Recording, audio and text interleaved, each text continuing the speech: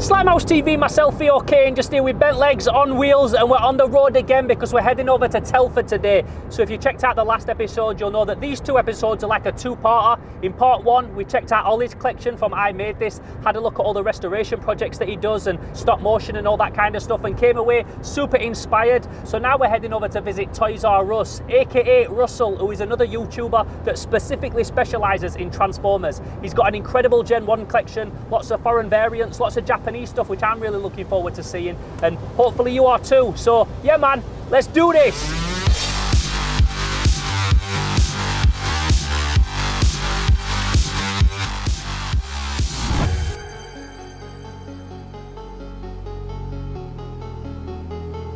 So Russell, I've only been here 2 minutes and I'm already absolutely blown away by your collection. I knew that you had like an impressive collection. I'd seen it in the background of the videos. Yep. You told me that it was a sight to behold, but like seeing it now in person, I'm completely mind blown, man. Just like, how long have you been collecting this? This is incredible. So properly, as I say, I was lucky enough to when Transformers came out when I was a kid, so I had a load when I was a kid, but then did the usual things, sold them all when you get to your just early teens and all that. But I'd say, and when I say this, like, people joke and laugh, but I'd say properly as an adult. Yeah. So in my early 20s, so I'm 44 now, I started buying dribs and drabs back in the very early 2000s. Just started off with a couple of the figures that I had as a kid, just for them nostalgic moments. And then it grew, like arms, legs and everything else, and it just went nuts, obviously. Yeah, so you've been on this for like, what, like a good 2 decades now, pretty easily, much. Yeah, easily. You're not someone who's just got into it like in the last few years because it's cool now and popular. You've been on this since day, like. Exactly, that's why people are quite surprised, because my YouTube channel's only 3 years old, so people are like, again, some people, I've had people think, oh, you know, he's got a trust fund or he's won the lottery. It's just, I've always, okay, it hasn't been this big, because people have seen me buying new things, but I've always had, you know, a good 80, maybe 90% of it, because that's when, you know, when you get them in the early 2000s, they didn't cost too much at all. And as I say, it's always been a passion of mine. And I was just plodding along by myself, just buying them. And then before you know it, as I say, I had a room as well, and before I had kids and everything. So I was lucky enough with the disposable income I had, I was just buying them.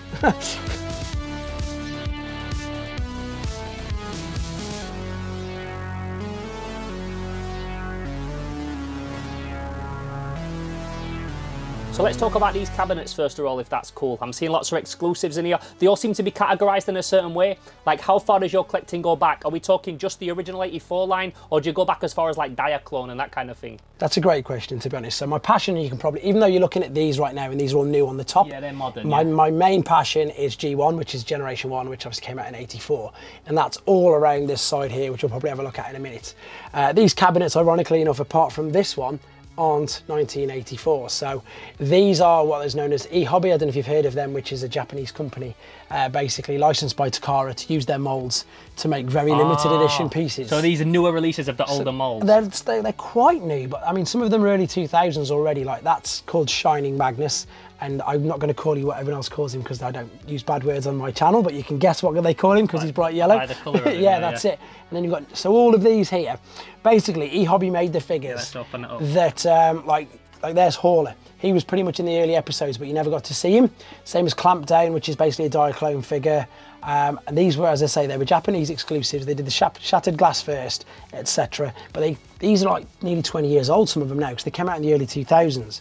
So these two shelves are exactly that. I've tried to split it into Autobots and Decepticons. So what you'll notice is that they're newer versions, but they're Diaclone mold, Diaclone colours. Yeah. So this is the colour. But it's the same molds. I like exactly when they don't try and remake. And the new stuff's nice, but no, when they don't remake it, it's just like, it's almost like it coming from a time machine, just in a different colour. That's what I like. So they used, basically, of course, as you said, they were Diaclone beforehand, and then of course the Takara and Hasbro made them into Transformers, so they recoloured them. But then E-Hobby, in their wisdom, because again, to sell figures, which they might as well, they used the moulds and then painted them back the original colour. So they're the newish ones.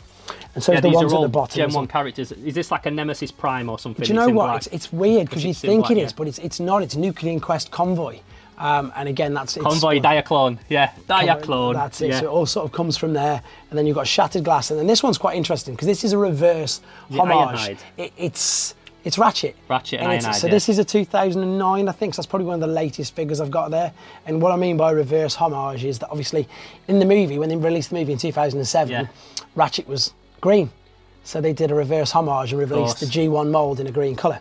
And then we've got the crazy one. Funny enough, you mentioned Diaclone. I don't collect Diaclone because they cost an arm and a leg, but I've ended up with some. I mean, that's the one I went out and purchased intentionally, because Red Trax is obviously mythical in Transformers. And you've got a Robotech Jetfire. That was pure fluke. Picked that up as part of a collection. Same as the, he's called Magnificus in the Transformers toy line, but he is a genuine Microman Microchange thingy. That's an original because he's got the blue Dinobot, and of course that is the red Sunstreaker. And then we go into some crazy things around here. So these are all solid plastic. Literally there's no metal in them at all. There's no metal holding them together. They fall apart quite easy. These are Spanish exclusives made by a company called Fisima. And they were released. Sounds like a disease. Yeah, Gisma. Fisima. Yeah, but that's how they pronounce it. It's true, isn't it? It's true. And yeah, just again, they've pretty much got exactly the same mould, but it's all plastic and they're just completely wacky colours. And then you move over to the South American ones. So we've got Estrella, Antex, and IGA, including the two legendary Puffer. So if you don't know much about in Mexico, the politest way I could say it is they made... So it's Huffer, in it, from Gen 1? It's Huffer, but painted in the Pipe's colours. Right, because they didn't have a Pipe's mould. What's funny is on the car on the way here, when I'm doing my intro and stuff, I'm saying like, Russell knows everything there is to know about Transformers. And nearly. Like, you're not making me look stupid, you really do know your stuff when it comes to these toys. I don't know everything. Obviously, there's so much I can learn. We can never know everything, but Correct. You're still like a plethora of knowledge. You're like a human Wikipedia, at least for me, when it comes to this stuff. And then these are some more Japanese exclusives. These are the Bathing Ape. Nice in the green. So why is he green? It's because it's Bathing Ape, which is a clothing company Babe. in Japan. Yeah, I love Babe. Yeah, I've been to the Babe store. I bought Babe Nigo. I love it. So there's 3 Babes. I've only got the 2 on display here. There's the green one. Look at the Babe in it. That's his truck there at the back. Yeah, do you want to see it? You don't mind. No. I know you spent a long time making all this stuff look nice for us. This one's a JAFCON. So this is a Japanese equivalent of what we know as BotCon. So in the year 2000 in Japan, they had a convention called JAFCON, and they used again a Generation 1 Optimus Prime mold, and he's all black. And I think it was 2,000 made only for that convention. So that's the JAFCON. Let's have a look inside. Is it the same? I can't remember. I'm seeing that there. They know that yellow Soundwave. What's that? Oh, the yellow Soundwave. That's quite new, unfortunately. I think it's just crazy. Oh, that's still the same. Let's show you the Bape. The Bape inside is crazy. Yeah, I love all that Japanese streetwear stuff. That were like when I was first getting introduced to all the Japanese stuff. I was like big into Babe 8 when I was like 19. So they put their own. Yeah, that's mint. That is so cool.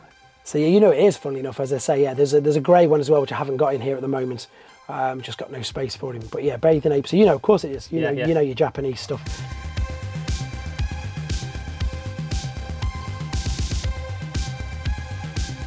We're also looking at all these. You've got all the Action Masters. These are the one Transformers line that I do like genuinely collect. Really? And it's not because some people don't like the fact that they don't transform, but because I'm such a big fan of Gen 1 Transformers, this is like the only time where they actually look like they do in the cartoon. Do you know what I mean? When it's like actually like a little action figure of Grimlock that he might not transform, but he looks like he does in the cartoon, like in that. It was basically sort of Hasbro's sort of last throw of the dice, wasn't it? Yeah. Because obviously, I've pulled him out. Don't worry about it. So yeah, so like I said, they don't transform, but at the time G.I. Joe as well, or Action Force as it was in the UK, was smashing Transformer sales. So they basically just copied Action Force, didn't they? Similar colours as well, the neon-y bright colours. And of course it was the bases or the vehicles and everything that transformed. Yeah. And that's what Action Masters did.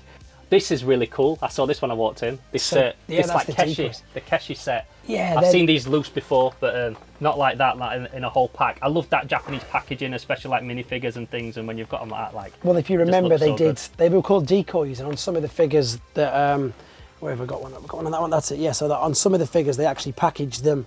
Oh, I'm knocking everything over myself. With like the throttle bots and things like that. So. I mean, it must have been incredibly difficult to try and find them. Oh, that is awesome, man. Yeah, I've never seen one packaged like that with the little... They packaged with Is it an eraser or a little rubber Keshi? It's just a little rubber Keshi, just a little figure. I've got... These are my graded ones, aren't they? So I'm sure I've got some. Man. I'm sure. It's just there you go. So there you go, there's a graded one with one on. Wow. See, it's a red hound. So yeah, if it's red, it's an Autobot. If it's purple, obviously it's a Decepticon, so... All your graded stuff as well. I'm not integrated, but like just seeing it there, like I wasn't integrated. I mean, it's just impressive to see. These are graded. They're just in cases. But then I met somebody who had one, and he showed me one, and I was just like, I mean, it just looks beautiful, doesn't it? Oh yeah, it's probably more the grey than I have a problem with than it being in a nice protective case. I'm not bothered about, I know it sounds silly, I'm not bothered about the grey, because like I say, it's for me. Yeah. It's my collection, it's for me, so I wasn't really fussed what it was coming in at. Can I have a close-up shot of this? Yeah, of course you can. There's awesome. the Autobots one. Where's the Autobots one? Oh, on the top of there, if you can reach that. But yeah, they packaged them with the figures, but in Japan they came out, of course, in gift sets and all packages and everything like that. That's what I love so much about the Japanese continuity. They just made so much more of an effort. The packaging, as you say, is just beautiful. Yeah, whenever I see your stall at the Toy Fair and it has the Japanese logos on, like, it always really stands out to me. Yeah, so obviously, again, so Fort Max. Yeah, you got Fortress Maximus. Like, that's one of the biggest, that is the biggest of the original Gen 1, right? So that's the Japanese box, so we came with the huge sword, and then that's the Hasbro box. So I've got both. Yeah, both cool, but the Japanese one just Japanese, I mean, look at a it. little more fire. I'll get a close-up of that separately. And then that's Grand Max, which came out in '88. So what's that? Is that another Fortress Maximus? It's basically a redeco Fortress Maximus, because they just redecoed him for a cartoon called Super God Master Force. Okay. So which is where you get like Minerva and all them other like really strange decos that they came out. They used original existing molds and just painted them their own colours. They just went on a different way, because it's weird, because they all came out at the same time, but they just sort of, like, Hasbro went that way, Takara went that way. So obviously, like Hasbro and that called them Power Masters, whereas in Japan they were called God Masters. Okay. And they were transectors and they were actual human beings, etc., etc. Again, the whole Super God Master Force was basically based in Japan. The reason why I've got so many, and I get asked that all the time, is because when I collected all of G1, I thought, let's start doing something a bit silly. So I wanted to go for different variants. What's that? So that's English. That's Spanish, that's Italian, that's a graded 87, as in 1987 release. And then, because they did, I just thought, let's just get as many of these as I can, just be something different, rather than just collecting Transformers like everybody does. So then I went and got as many variants as I could, so I got a Japanese boxed one as well. That's mint. So I've got all of G1, but I've got, in some cases, I've got like 7, 8 different versions of exactly the same figure. It's just the packaging that's different, which is a bit, I know it's probably taking it too far, very but thorough. I love it. Yeah, very thorough. And that's what most of these are. So the gold cards with the European exclusives, like all of these are sealed. Literally everything on here is sealed or graded, apart from these, which are resealed. So I'm lucky enough to have some of the South American ones. Wait till you feel how pathetic the card is. You can see why they were thought. I can see why they were thought of being. But it's a legit Transformers. It's still called Transformers. Yeah, but look at that weird logo. So it's Antex. Antex was the company in Argentina that made these. I've got some crazy ones. I've got some Greek ones, but the Greek ones made errors. So I'll show you the Greek ones here. So which one's this? So yeah, so look how bright that Huffer is. Again, it's all Transformers, it's all legit, but that's just a Greek card. I'll cut you loose, Huffer. And then that one's quite interesting. Brawn. But it's not Brawn, it's miscarded. Oh, it's miscarded. Ah, I didn't even see that. Oh man. Yeah, the Antex ones are nuts. I love the Antex stuff. Again, I love the stuff that you just don't see about. Green Cliff Jumper, white Cliff Jumper, orange Bumblebee. I've not even got one of him loose yet, orange Bumblebee. So do you know when it comes to like these mad foreign variants and stuff, like where are you getting these from? Because I know a lot of people are going to think like, where did he even acquire these? I don't see these just turning up. Like you've obviously got contacts all over the world. It's not even, I've got a few now, but this will make you laugh. And again, this is the God's honest truth. And I remember doing it like really vividly. Before eBay went like what it is now, you know, European Union, eBay.com. eBay.nl was eBay Netherlands, eBay.it was eBay Italy, eBay.fr, etc. was France. So what I did was I learned the word for box in every language. So so Transformers Scatola in Italian is Transformers box. So that's how I found the G1 ones. And then I just did that. Boîte is obviously box in French. So that's how I managed to find the MB variants. Just literally that's what I was doing. So I was bored Sunday afternoons, doing exactly that. I remember it, like I say, plain as day, loads of times, just being sat on a couch or whatever. Before I always make a joke saying BC, which is like before kids, not as in BC before Christ. Yeah. So before children, sitting on a Sunday afternoon, just literally going through eBay, just typing Transformers, whatever box it was, whichever language it was, going through all of them, every single one in Europe. And because again, they all had different packaging. You know, there's Sage, there's MB. There's gig for it, or jig as they pronounce it. There's loads. And you was just on it at the right time. Just really lucky. And then, as I say, I just spoke to people again before the silly massive import charges and all that. Yeah, which stopped me buying from America back in the day. And then the other thing as well is exactly what you know. As soon as you get chatting to somebody, or as soon as if I'm buying like a rare Italian version from someone in Italy, it's not a rare Italian version. It's just a standard Italian version. So I was picking up like the little boxes. If you pop onto this side now, so on the left, on one side there's Japanese boxes, and on one side there's Italian boxes. And I was picking them up for 20, 25 quid. And I know it still sounds quite a lot, but it's not really, not considering they're worth so much more. And I'm sure you obviously use the Japanese websites yourself. Yeah. Mandaray, at least used to a lot more. Yeah, I used to use them quite a lot. So I was doing the same thing with that. Just going on, this is probably, if you've got loads of American viewers, you'll remember this, but American viewers might not have seen this because they probably never heard of it. So that was a Weetabix mail away. Oh, yeah, for sure, with the aerial bots. Yeah, that's it. And that's again, sealed. Getting that in the packet like that is just unheard of.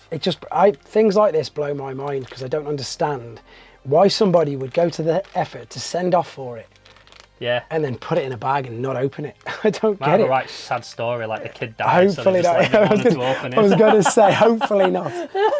But yeah, it could have been. But yeah, so that's again why I went into it's all a the sad variants. story either way because the kid didn't get to play with it, whoever ordered it. That one, that squeeze play, funnily enough. No, where's squeeze play? That's horrible. Where's squeeze play? There, see, it's got the price sticker on it. Yeah. Now that is one figure that I did pay, not a load for, but one I actually spent some real money on it. And it came up and a lady just listed it. I mean, she had loads of random things and just that. So of course I emailed her like, where have you got this from? And she said, random story, exactly that. She brought it for her son for whatever reason.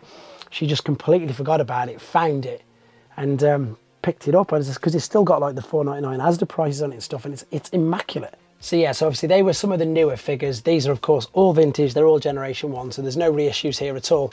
And again, if you're wondering, or if anybody's wondering why there's so many variants, so on this particular side, it's really obvious as soon as you look at the box. I've stopped asking why there's so many variants now, I'm just accepting that there's just lots. That's it, so that's obviously Japanese language.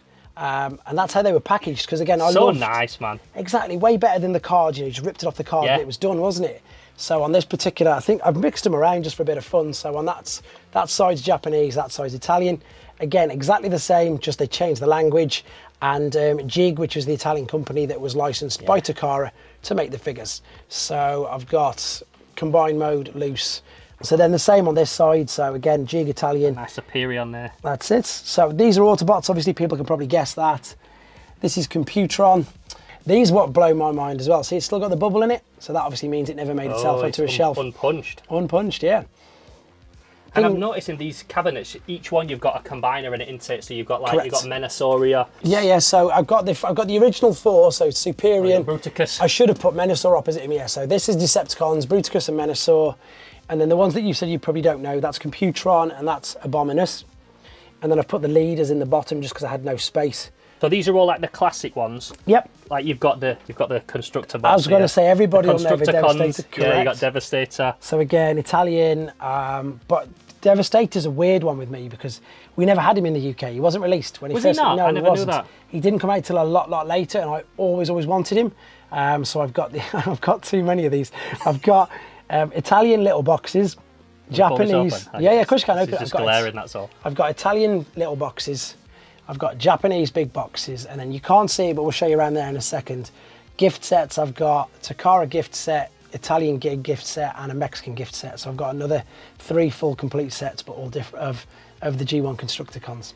Those colours are so iconic. I love purple and green together. Like I know they're all very similar looking, but that's what makes them dope as a set. Exactly. And then these were later on. I didn't even really think that these were released in this country, but I found out starting collecting. These are some really obscure ones. So this is Monstructor. Now, unfortunately, have you heard of gold plastic syndrome? Yes. GPS. Yeah. He's terrible. He's terrible for it. So it's a shame. Slog and Bristleback are awful for it. But I'm quite lucky, crossing fingers, I'm quite lucky with mine. I think the worst I've got is a bit of sun fade on him. But these were combiners, but they're also pretenders, so they hid inside the pretender shells. Some dope monsters here. I'm just looking at this red one. It's like a kaiju. This one, This one on the right. Yeah, you've got one unboxed there. So you transform the little bot up and he'd fit in the back of that, hidden away. Focus on that. And then the little bots, would all combine to make. This was, you know, I was talking earlier about Hasbro and Takara went in different ways. Yeah. This is the best example of that, because this is Hasbro's version. This was 1989, so it came out exactly the same time. Hasbro went Monstructor and went Monsters and Innobots, whereas Japan went. There was Victory, the cartoon Victory, which we can show in a minute if you want. So we'll come to that in a second. So yeah, they did the same Innobots, but they did different outer shells. They did Dinosaur outer shells, and he was called Dino King. They're so good. We're going to look at them in a second. We'll I'll have a look at these ones so here this is, for a second. This is again. Look at those colours, man. They pop. That's it. So Hasbro terminology, it's Piranha-Con. Yeah. If you're watching Super God Master Force, exactly the same time in Japan, he's King Poseidon. And that's literally, but again, the difference, the way they package their stuff was crazy. So if I show you, I've took over like there. So that's obviously the Japanese box for what we know as Snaptrap or Turtler, compared to how, I've got to be careful with this one, because if that one's my sealed one as well. And that's how Hasbro packaged them. So completely different. Completely different. So good though, mate. Like, I've never seen these ones, not in person. Like, then seeing them all together, like, kind of reminds you just how dense that part of the Transformers universe of toys is. They actually did, and I've got it as well. I can show you in a minute. They did him in a big gift set, a Japanese gift set called King Poseidon. I've got that as well. That's what I was trying not to do. Oh, this is the gift set. So there's the gift set. Wow. Oh, mate, look at that art. So yeah, I bet you had a field day the day that you picked this up. So in Japan, he was called King Poseidon, and as I say, released exactly the same time, same year. It just Hasbro went one way, Takara went the other way, and it's just really interesting to see. But yeah, the art's beautiful, isn't it?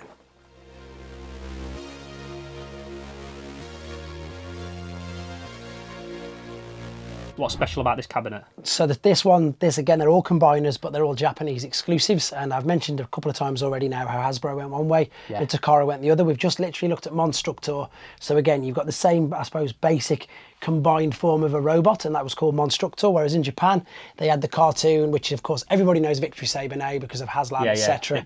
So the cartoon was called Victory, and one of the main baddies was Dino King, which was exactly what these are. So these are the same inner bots. Just again, different decos on them, but when you combine, they form Dino King rather than Monstructor. And instead of having monster pretender shells, they had dinosaur pretender shells. That's it. So yeah, so they, again, same year, 1989, but this was actually in a cartoon as well. And he's one of the main baddies, along with Lowercase, which we'll come and have a look at in a second. But I say the interesting thing was just how different they made the figures and they made the characters. And as you can see, completely different colour scheme. And thankfully enough, all the gold that you see on this, it's just painted plastic, so there's no GPS at all, which is of course very, very, relieving, shall we say. Then the next one down, 1987, this is Raiden. Loads of people know about this because of Moon Studios and because, of course, the Masterpiece are making them now. Trainbot, Combiner, but before that, of course, it was Train Robo. Oh, they're all trains, right. This was Train Robo, Diaclone toy line. And again, because I just love it and I just went nuts on the Japanese stuff and I was buying them at the right time. So the boxes on the left-hand side are the original 1987 boxes. For those people who don't know, the C stands for Cybertrons, which is Japanese for Autobots. So that's all their reference numbers as they go up. And then funny enough, the Decepticon ones, it's D. So like the Decepticons are D327. So you can tell when sort of figures came out. So obviously these came out much before these ones did. And then the boxes on this side, they're exactly the same figures, just the rub signs in a different position. But they reissued the figures in 1990 under the Toy Line Zone. So they just repackaged them as well. So I've got Raiden, Combined, Robot, Train, near enough all of them in their boxes, but then because they're Japanese, they do gift sets, and I'll show you them in a second because they're just up behind you. So that was 87 Combiner. You're going down now to 1989 again, so we're talking about that cartoon, that Victory cartoon, same as Dino King, and yeah, this is Leo Kaiser, and he is great helmet. He is, he's very sought after. To be fair, I was very, very lucky with him. I picked him up just at exactly the right time, and for some of the reasons now, like this one here is called Kill Bison, but for obvious reasons they don't call him Kill Bison anymore, they call him Iron Bison and Hellbat. Iron Bison, that's a right name. And then Hellbat, what did they change Hellbat's name to? I think they might have just changed his name to Fellbat, but I still refer to them by their... I still refer... And these, honest to God, they're Breast Force Warriors. that what they call them? They are breast force Breast warriors force because warriors. these little dudes. Oh, look at the little ones. Yeah, they go into the Kawaii. chest cavity. And in fact, if I rather than actually showing you, just in case I smash one, which would probably be my luck, you can see on the image there that it starts off in the chest, Oh, okay. Yeah, and then it springs out. Hold it So up so I can get that way out. Nice, nice. they were literally caught. So obviously, breast force and like breast master doesn't really translate very well, does it? They're quite basic. Some of the figures, some people will recognise because they used 4 of them in Europe. But this one, unfortunately, again, suffers from GPS. That's actually a broken one, but I keep that there just to show people where they can see it's just shattered. So when we talk about GPS, there's a certain type of gold plastic. Star Wars weapons are made out of it in humanoids and things, and they just crack and break. Basically, it's such a shame. Basically that. It's the plastic they used in the 80s, which had a gold tint to it. They didn't realise that once it's set, it would literally, sometimes they just shatter. I'm quite lucky with a lot of mine, like especially with Black Zarek. I'm really lucky with him and with them, but like Skyhammer and stuff, they just fell apart, to be honest. But yeah, this is cool. This is, I just really like it. I mean, look how cool it looks. You don't see many things like that. This whole collection is like really, really something else. I'll show you the gift sets in a second, because I've got gift sets to all of these as well, but I couldn't fit them in the cupboard. This one now is my absolute, if you want to know why I like Japanese Transformers, it's this one. Is this the one? Blew my mind. He is called Landcross, right?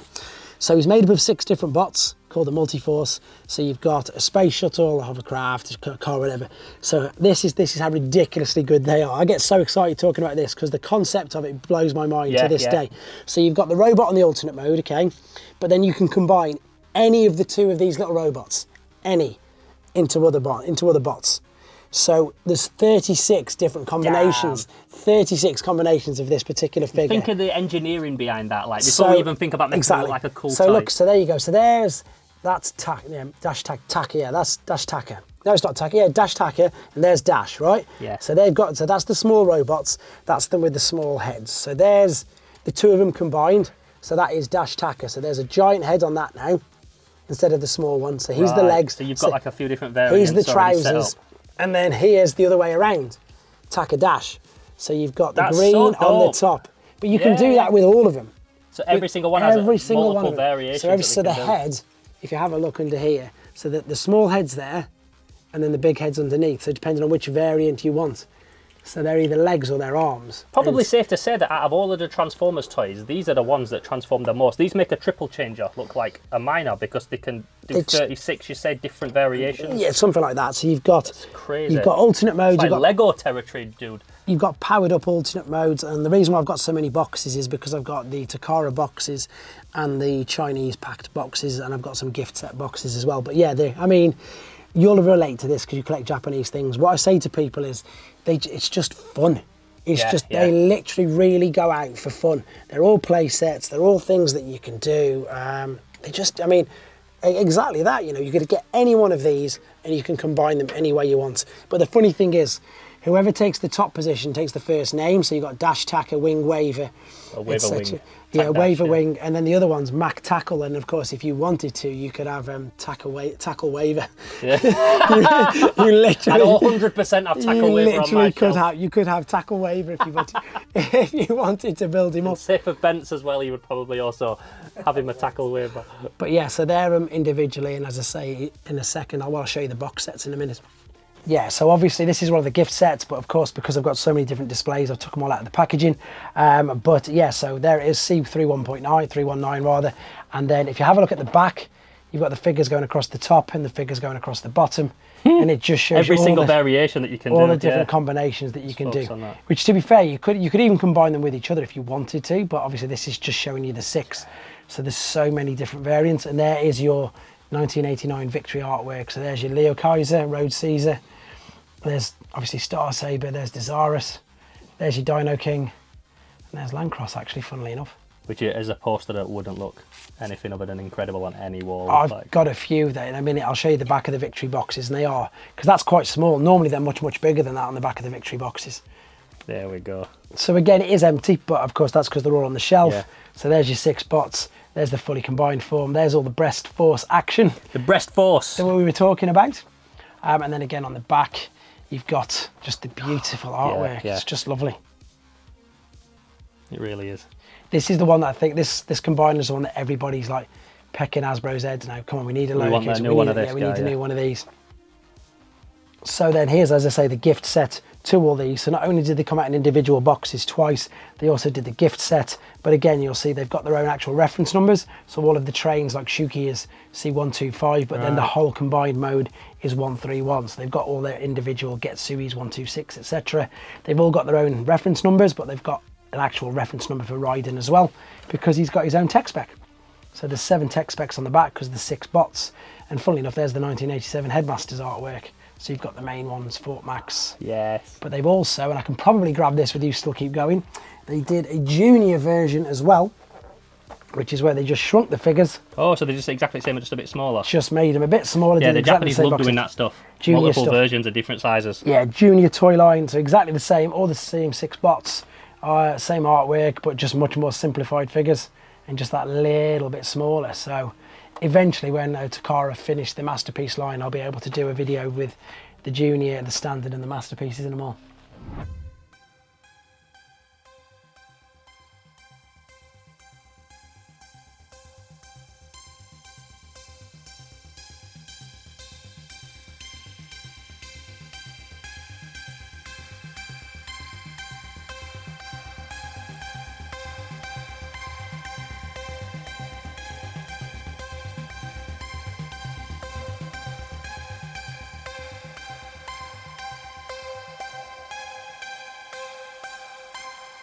I absolutely love this corner, but I've got a love-hate relationship with it because I adore the figures and I adore the boxes and I adore the artwork, and as anybody who collects Transformers will probably know straight away that these are the ones that have took me the longest to get.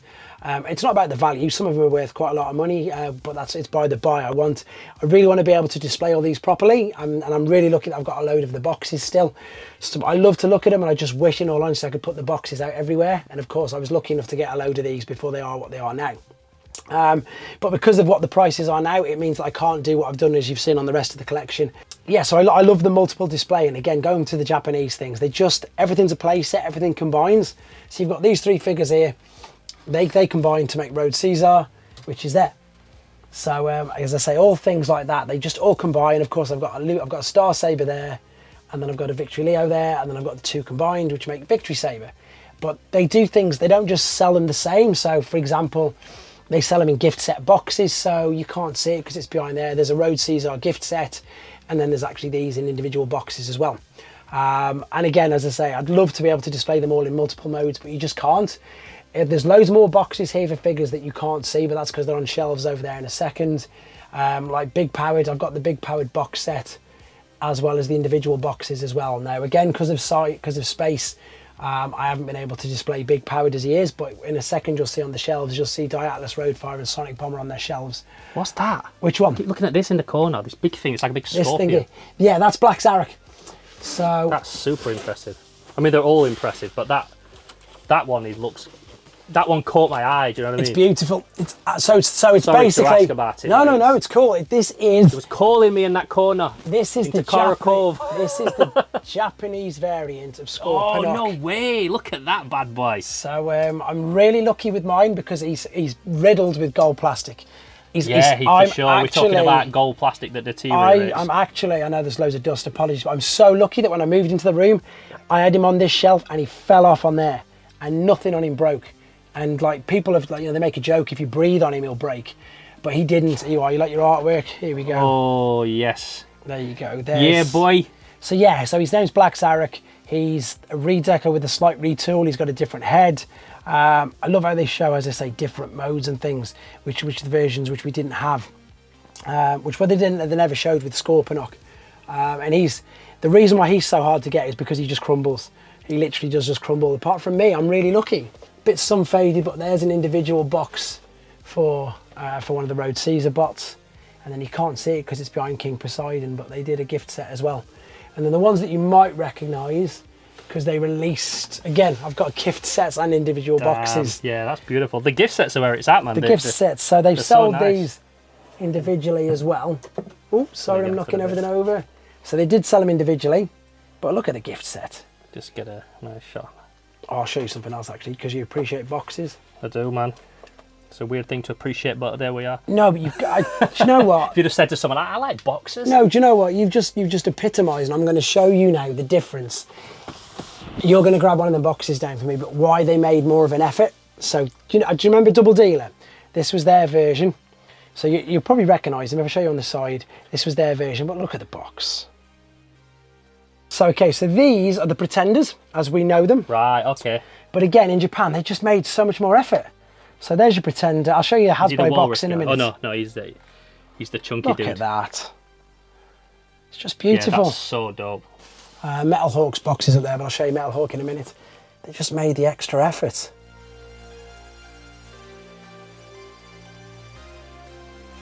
Yeah, incredible, man.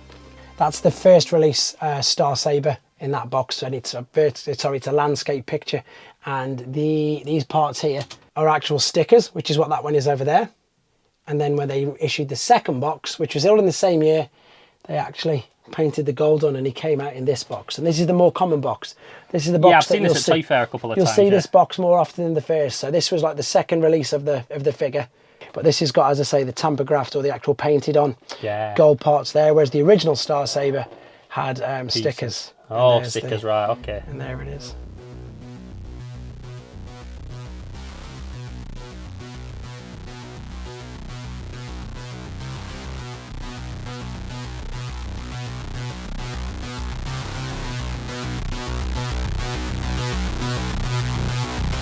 So obviously we've just seen the Japanese version of a Pretender box, and you know, okay, it's okay, it looks nice, but you know, there's no fold out flap. Yeah, it's not the same, is it? It's not the same. It looks nice. I mean, and I'm not, of course, I'm not moaning that I've got a boxed figure, because loads of people want boxed figures, but I just think the effort. While we're in the same particular area, this is another brilliant example of A, of how crazy and silly I am, but B, of how much more of an effort they make. So, oh, that was the Canadian ones, by the way. So these are the clones. So the Hasbro versions came out in that particular box, which is nice. I think that looks quite nice. So that's just your normal Hasbro, and that's your Canadian. The actual figures you're looking at are there. So the cool concept about this is they're clones. If you look at the robots, both the robots are exactly the same, but their alternate modes are different. So all these in this line have got like, there's two the same, but they transform different. Yes, but this is what I wanted to show you. This is the Takara boxed version, and there's nothing in there because I took them out. So this is the same box, same figures, but look at that. It's got schematics and everything with them sitting in the middle there. Dope. It's just beautiful. And it's things like this. Flap. It's things like that that made me go into the Japanese ones. Because again, I've got figures, like obviously I don't need a Japanese box. I've got two others, but I do, because the Japanese box looks so much better. Some of these Pretenders are so funny as well, looking like Jazz, and this guy looks like he'd be better suited to like RoboCop or something. Yeah, this is where I don't want to use the term scraping the barrel, but I think they were just trying anything just to keep... An unjust word, I don't think. I think they were just doing whatever they could to try and keep the brand alive. But that's also when you can pull out some gold, you can pull out like some mad character that you're like, do you know what? It's not a Transformers character, but it's just a dope toy design. And that's what I think. There's one of these Pretenders. What is it that he looks like a mix between like a skull and a fishman, the purple and grey looking dude. And I always like that Pretender. Oh, Iguanodon, him. Well, yeah, and this one, the skull. Yeah, I mean, these are all fire. So these are all the Decepticon He looks like something ones. from Doom, do you know what I mean? Like, that guy's dope. Warhammer vibes. Bludgeon, everybody loves Bludgeon. Bludgeon's dope, the Skull Shogun, do you know what I mean? Not something you'd associate as a Transformers character, but if we're talking about like cool 80s space barbarians, they got it on lock. Everybody loves again, they just look like monsters, don't they? Yeah, look at this octopus dude. Fire. Thunderwing was brilliant as well. Thunderwing's just evil. Yeah, fire, look at this guy. Yeah, love it, man. There's so many Pretenders. I didn't ever think I realised how many there is until you see them all.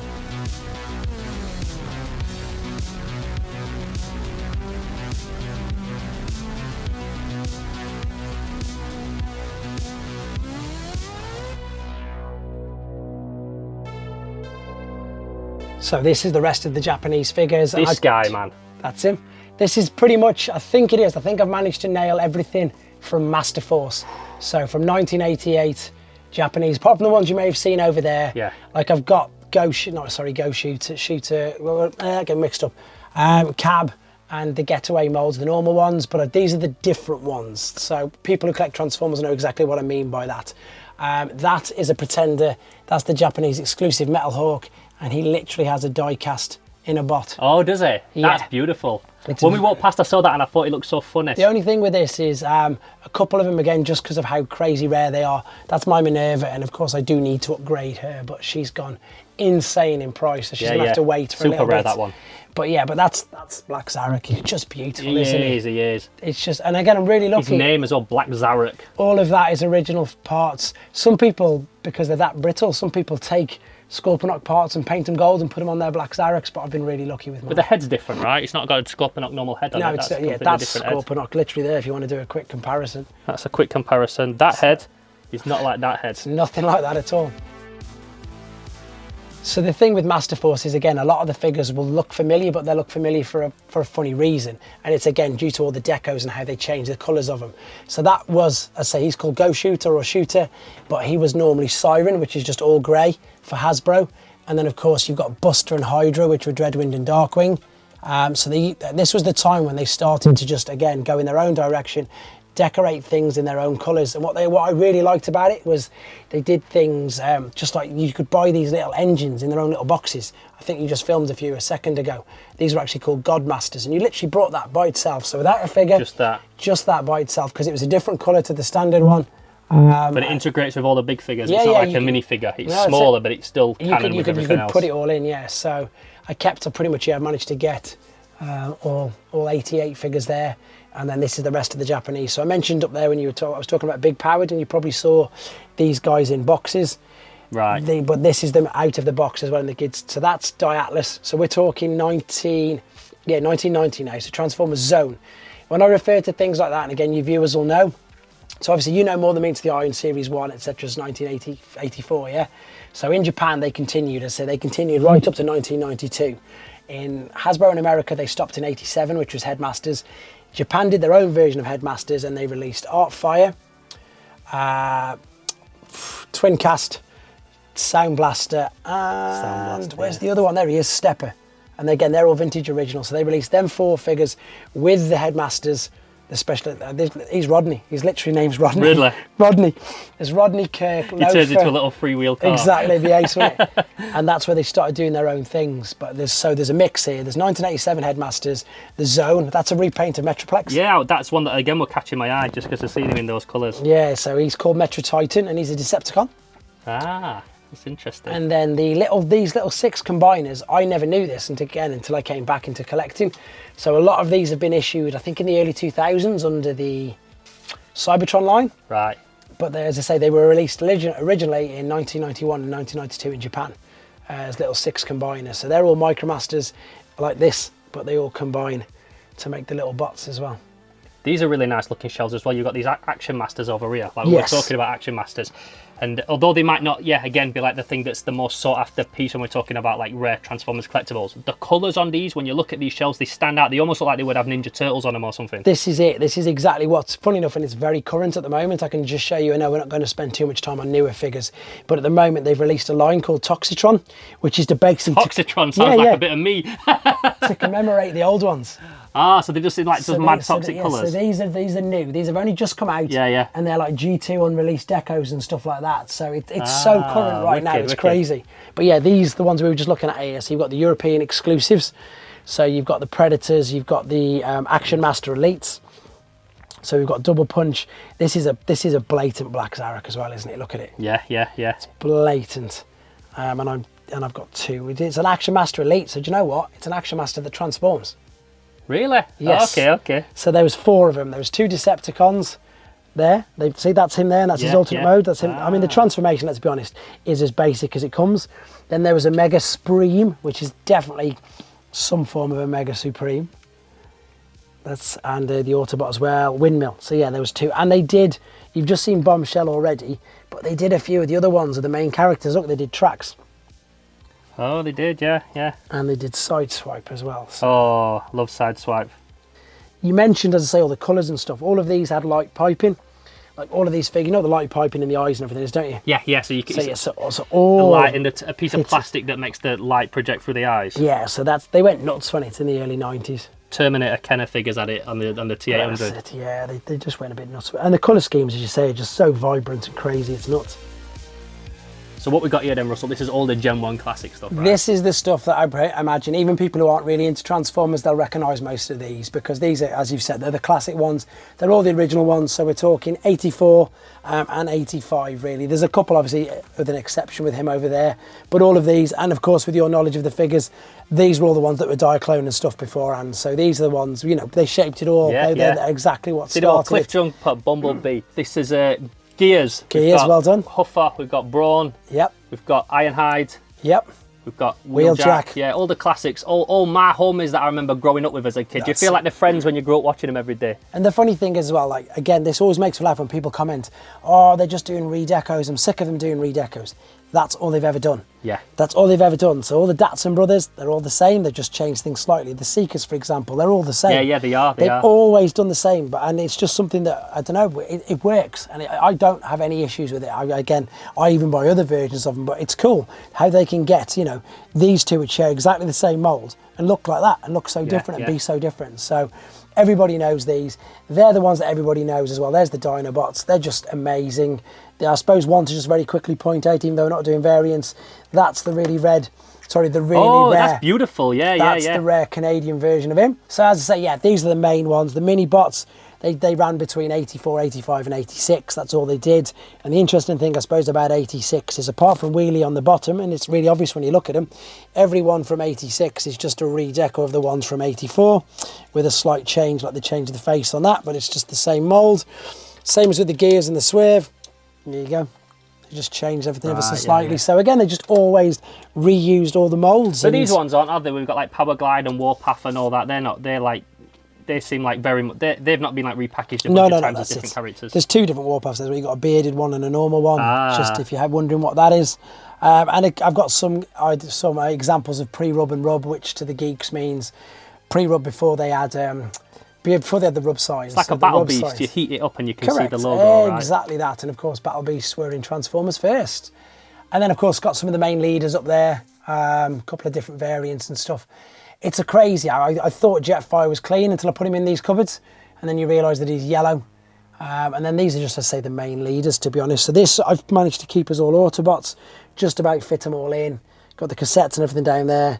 You've had a good look at the Insecticons. You can't beat the Insecticons. Yeah. Class. Shrapnel, kickback, but this is where you bombshell. massively realise as well as how overpowered the Autobots were to the Decepticons, because I could only just fit on this and that the Autobots, and I've got space there for the Decepticons. Well, in the old cartoon, whenever the Decepticons turned up, there'd be like 50 jets in the sky, even though there's only like Thundercracker, Soundwave and Skywarp. Then later we got Thrust and Dirge and all that, but them original more than meets the eye. That's what they did with them. They just didn't recoloured hundreds of jets. The Plague of Insecticons, it was always the different ones. That's right, yeah. And then just in case people don't know, but they probably do, they're the mail-away Omnibots in the middle as well, which were again were Diaclone figures beforehand. But you can only get them on mail away, and the ones you saw at the bottom, the Power Dashes as well. And then I suppose the latest figures I've got are just a few of the movie bots, like your Cup, you know, 86 Scourge, etc. And then there's the main Decepticons. But then there's, you know, the Seeker Jets, they're all the same basic mould. They just change the colour of the wings, change the things on it. There's your triple changes, which we've all looked at, which are just great. That's the original white Astro Train. Ah, nice. Trivia about that, the reason why he was white is because he was intended to be an Autobot. Oh, really? He was going to be an Autobot, but as funny enough what I've just said, there's more than enough Too Autobots. many. So they coloured him. Too many, man. So Too many Autobots. So they made him purple, and of course he's now a Decepticon. Predacons as well. Yeah, that's a lovely shelf, man. Again, you know me, I love the vibrant colours and the... Well, we didn't get them in the UK either, did we? We didn't get them. So these were never released in UK either? No. Right, which explains why they're so hard to see. Yeah. And they all turn, you've got a Predaking as well that they all turn into at the back. Beautiful. That's it, and the boxes from, I've got the Japanese boxes literally right where you're sitting to your right hand side, which look really nice. But yeah, these are the main ones. These are the reasons why it's gone as big as it has. It's all down to, I was one of these lucky kids. I was never spoiled, but I just really wanted, and I was born in 79. So of course, in 79, 84, I was 5. All I wanted was a Megatron and an Optimus Prime for Christmas. And there's a real crazy story about this, and I don't mind sharing this. And in fact, I love sharing this because the story of it's amazing. So he's a bit battered up, but the reason why he's battered up is because he's been completely well loved. I mentioned, I think in one of the previous videos, parts of the video, that I sold all my figures in 1992 at a toy fair. Because of my YouTube channel, some person remembered me, found me, and then contacted me back and gave me this back. So this is the exact 1984 Optimus Prime figure that my mum, funnily enough, drove all the way to Sheffield. I kid you not. Really? She wow, drove all talk the way. about a full circle moment right now. She literally drove all the way to Sheffield to find that for me so I could have it on Christmas 1984. Which then spawned your whole YouTube channel. Exactly. It's grown arms and legs and it's gone ridiculous, but it's all great fun. Which is obviously like why we're here today, because I wanted to film this and do a bit of a YouTube collaboration and that kind of thing. And at the minute, your channel's going from strength to strength. So if anybody's watching this and they really like what you've got in your collection, they want to see more of this, they want to see more of you and just absorb some of that knowledge that you've got, where are they heading? Tell the people where we can head to. So no brainer. My name is Russell, so I had to use it. So it's literally Toys Are Russ. One of the best names in toy YouTube It's history. just got to be, hasn't it? Until Toys R Us comes back to the UK and they sue me. But literally, the other thing about my channel is it is exclusive Transformers. So although I like and appreciate different toy lines like yourself, I just concentrate on Transformers. But that is a wide berth. So it is from the 84 to the newer ones. But my heart, as you can tell, and my passion is the original ones. And I do intend to, because I've got the whole collection, to share it with everybody, share it with the world. So you will be able to see a video at some point. I've got most of them up there, including all the Japanese ones. But at some point, you will be able to use my YouTube channel as an encyclopedia or a reference point for yourself to go back to. If you think about a figure, oh, what was this figure? I can't remember what it was called. I will have a video of it. So hopefully that will be able to help you out as well. Because we can never say that we know everything. We're always learning, but in terms of Transformers, it's got to be said that there's not going to be many people that will be able to bring the knowledge to this line that you can. So I would look no further than Toys R Us if I had any questions. That's the same. And don't be inboxing him questions. It's all on his YouTube.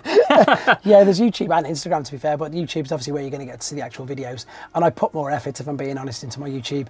My Instagram are rubbish pictures, but they're there, I suppose, and it's nice to interact. But there you go. It's been good to show it off anyway. Well, thank you so much for letting us come round and see it. I feel like truly honoured, and it's been an absolute pleasure to see it all. And I know that this is like very much your pride and joy. It's a small room with a lot in here, so you don't let anybody just come around with their cameras and film it. So I really appreciate that you've let us today. No worries. It's been a pleasure and fun.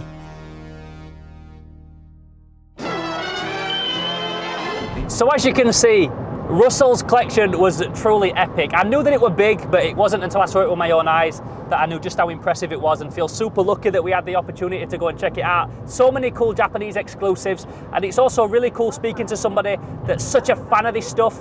It resonates when he's chatting. He knows everything about Transformers, and I just love hearing people talk about stuff that they love and stuff that they buzz out about. So again, shouts to Russell. I'll put a link to his channel in the description below so that you can go and check out the stuff that he does. His channel's going from strength to strength at the minute, so wishing him well with that, and definitely urging everybody to go check it out if you're a fan of today's video. I hope you're a fan of this little two-part episode that we've done. Like I said, in episode 1, we went to check out Ollie, I Made This, and check out all the stuff that he's doing, and then of course we went to see Russell from Toys R Us. So really hope you enjoyed this episode. I'll put all the links in the description down below, and until the next episode, I'm Theo Kane, this is Bentlegs, this is Slimehouse TV, and we're gone. Pow!